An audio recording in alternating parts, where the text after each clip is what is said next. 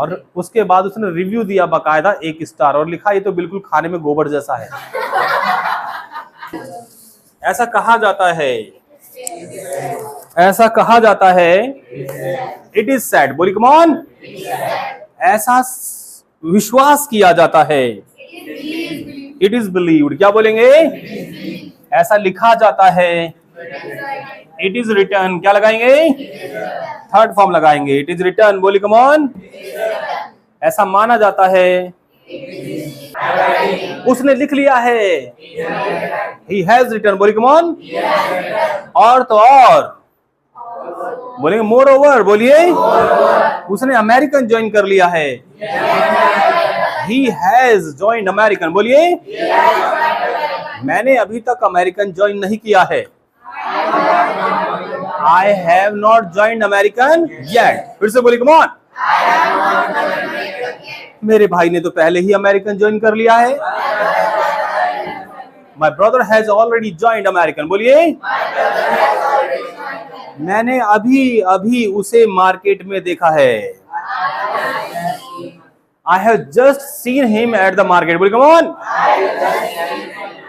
इसीलिए अब हम आगे बढ़ेंगे, वी विल गो अहेड, बोलिए, हम एक नया टॉपिक सीखेंगे, क्योंकि कल मैं बीमार था, आई वॉज सिक, बोलिए, I was under the weather, under the weather मतलब मौसम के नीचे, वाह धन्य हो, ओके, अंडर द वेदर का मतलब होता है बीमार, क्या बोलेंगे, सो बोलेंगे I was under the weather, बोलिए कम ऑन, तो सर कल आपने दवाई क्यों नहीं ली, अरे पूछे क्यों नहीं ली दवाई आपने, Why didn't you take medicine yesterday? बोलिए come on. अरे क्यों नहीं ली sir? Why didn't you take medicine? देर से बोलिए. आपको दवाई लेनी चाहिए थी. बस खत्म, टाटा, बाय बाय, खत्म. हाँ, आपको दवाई लेनी चाहिए थी भाई. तो ये जो सलाह मैं दे रहा हूं, ये कोई प्रेजेंट की सलाह नहीं है. ये सलाह मैं आज के बारे में थोड़ी कर रहा हूं, सलाह मैं कल के बारे में बात कर रहा हूं. और जब सलाह पास्ट की होती है, किसकी होती है, तो दो चीजें जुड़ जाती है. एक तो सलाह देने वाला वर्ड, कौन सा होता है सलाह देने वाला वर्ड, बताओ. बिल्कुल ठीक, मिलके बोलिए, क्या बोलेंगे, शुड. क्या बोलेंगे, शुड होता है एक, और साथ में इसके जुड़ जाता है इसका भाई हैव, क्योंकि हैव एंड ऐसी चीजों की बात करता है, ऐसे कामों की बात करता है जो काम क्या हो गए, फिनिश्ड. तो भाई दो चीजों का कॉम्बिनेशन है, यानी सलाह ऐसे काम के बारे में देनी है जो हो गया है बेचारा फिनिश्ड. क्या हो गया है, अरे तेज से बोलो, क्या हो गया है. लेकिन सलाह देने से कुछ फायदा होगा, बिल्कुल होगा. जो काम होना था वो तो हो गया.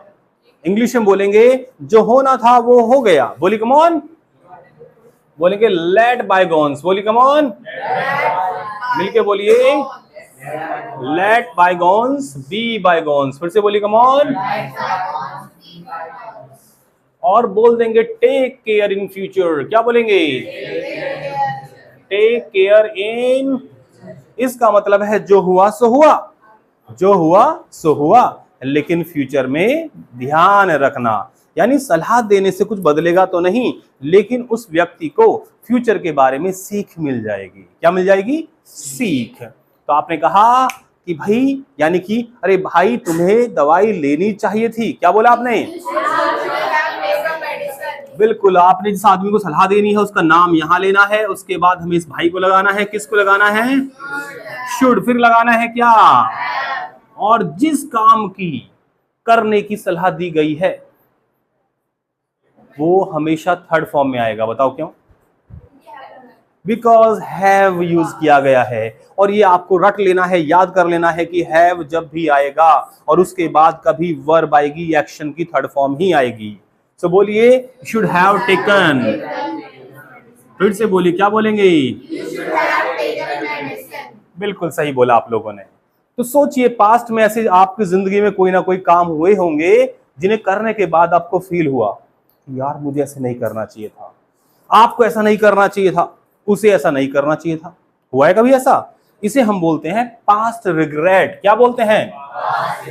यानी कि ये टॉपिक दो काम कर रहा है, ये हमें सलाह भी दे रहा है, पास्ट की एडवाइस भी दे रहा है। कौन सी वाली? Simple advice. कौन सी बच्चों? Simple advice. तो ये हो गई सिंपल पास्ट एडवाइस। पहला यूज इसका है सिंपल पास्ट एडवाइस के रूप में। और दूसरा ये मुझे रिग्रेट करना सिखा रहा है। रिग्रेट का मतलब पश्चाताप। बहुत अच्छे, यानी कि रिपेंट करना भी मुझे बता रहा है। यानी मैंने कुछ काम ऐसा किया जो मुझे नहीं करना था, अब मुझे हो रहा है पछतावा, तो मैं भी इसको शुड हैव से यूज कर सकता हूं। यानी इसका यूज हम रिग्रेट के लिए भी कर सकते हैं। किसके लिए? Past regrets. किसके लिए बच्चों? Past regret. बहुत अच्छे। तो एक दिन क्या किया आपने गलती से, बाय मिस्टेक, आपने गलती से, वैसे गलती तो नहीं थी, जानबूझ के ही किया था आपने, पापा की जेब से आपने पैसे निकाल लिए थे, मात्र 500 रुपए। उसके बाद जो आपकी मरम्मत हुई है, अभी तक भी आप सीधे नहीं बैठ पाते, देख लो उसे, अभी तक भी आप सीधे नहीं बैठ पाते, कमर ऐसी तोड़ी पापा ने। अब आपको पछतावा हो रहा है उस चीज का, पिटाई होने के बाद पछतावा हो रहा है आपको पास्ट के उस काम का।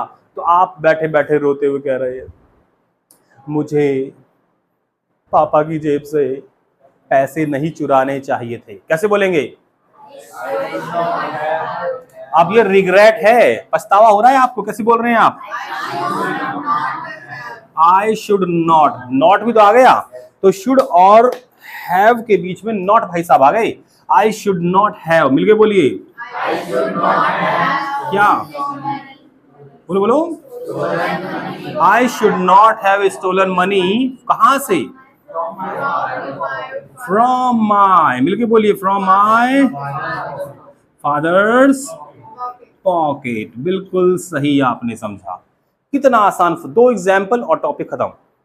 शुड हैव का पहला यूज है सिंपल पास्ट एडवाइस के लिए, जब दूसरों को दी जाए तो, और जब खुद को दी जाए तो भी ये एडवाइस भी हो सकती है, ओपिनियन भी हो सकता है, और रिग्रेट भी हो सकता है।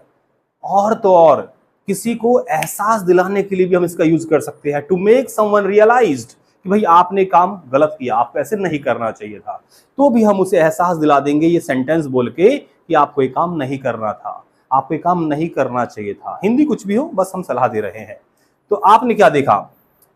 आपने अपने पड़ोसी के घर के सामने कूड़ा डाल दिया। क्या डाल दिया? कूड़ा।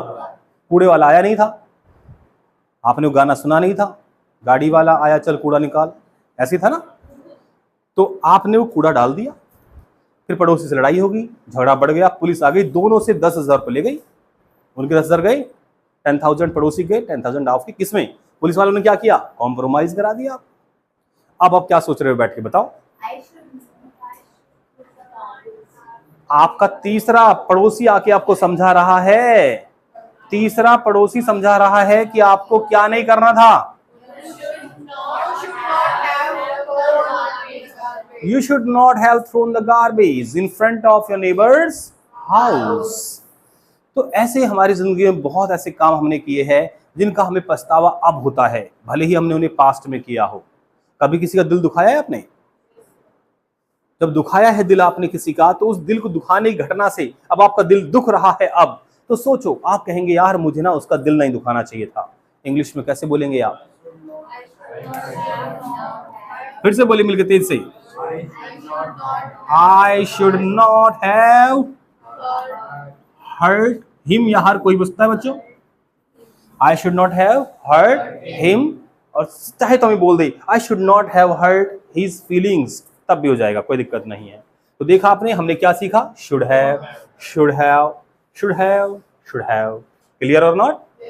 बहुत मुश्किल तो नहीं है, लेकिन समझ में उसी को आएगा जिसको शुड के बारे में जानकारी है। शुड का यूज किया था हमने सिंपल प्रेजेंट एडवाइस, यानी प्रेजेंट एडवाइस जो हमने प्रेजेंट में दी थी उसके लिए हमने यूज किया था क्या? शुड। पर ये पास्ट के बारे में बात कर रहा है।